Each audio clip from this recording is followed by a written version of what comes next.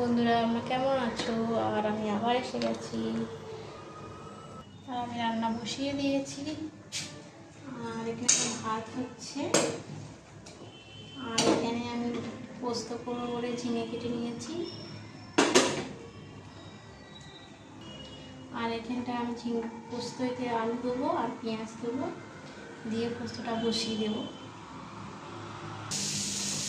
তো এখানে আমি নিয়ে নিয়েছি পোস্তটা বেছে দেবো।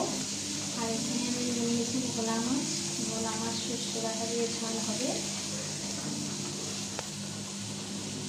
আর দুটো কড়াইতে আমি তেল দিয়ে দিয়েছি, একটাকে আলু পোস্ত করার জন্য আর একটাকে মাছ ভাজার জন্য। তো আমার তেল গরম হয়ে গেছে, আমি আলুটা দিয়ে দেবো এখন পোস্ত আলু। আর একটু মাছের তেল গরম হয়ে গেছে, আমি মাছ ভেজে দেবো।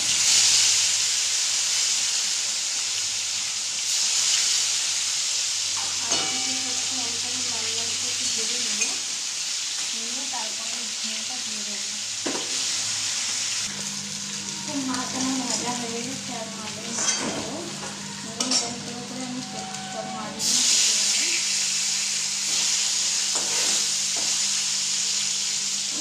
মাছ ভাজা হয়ে গেছে। আর এখানটা আমার শুক্তোর জন্য আলুটা ভাজা হয়ে গেছে, আমি ঝিঙেটা দিয়ে দেবো।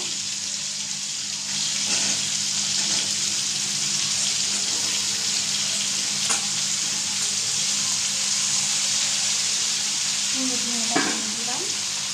এবার একটু নাড়াচাড়া করে নিয়ে দিয়ে ঢাকা দিয়ে দেবো।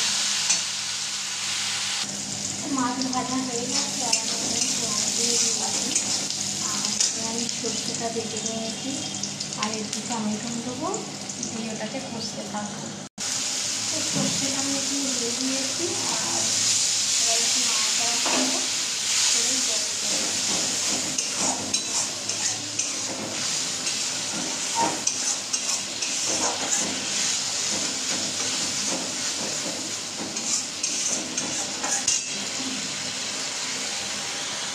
তো মশলা কষা হয়ে গেছে, আর আমি লাল মতন দিয়েছি। খুব একটা বেশি জল হবে না, মাছটা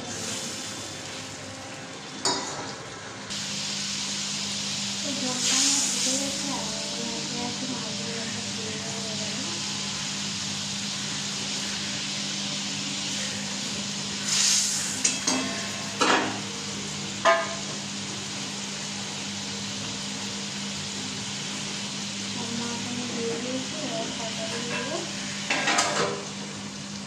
আর দেখে আমার ঝিঙে পোস্তটা হচ্ছে, এখনো অনেকটা জল দিয়েছে, জলটা টানাতে হবে।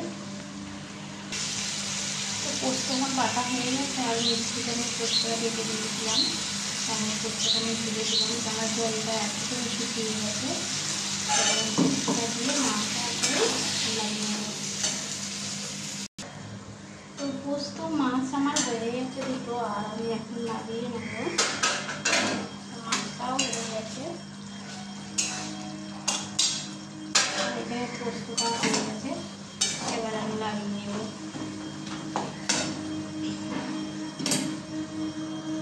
তো আমার রান্না শেষ হয়ে গেছে, আর আমি এখন কমে রেখে দিচ্ছি। আর ভালো লাগলে শেয়ার লাইক করবে। টাটা।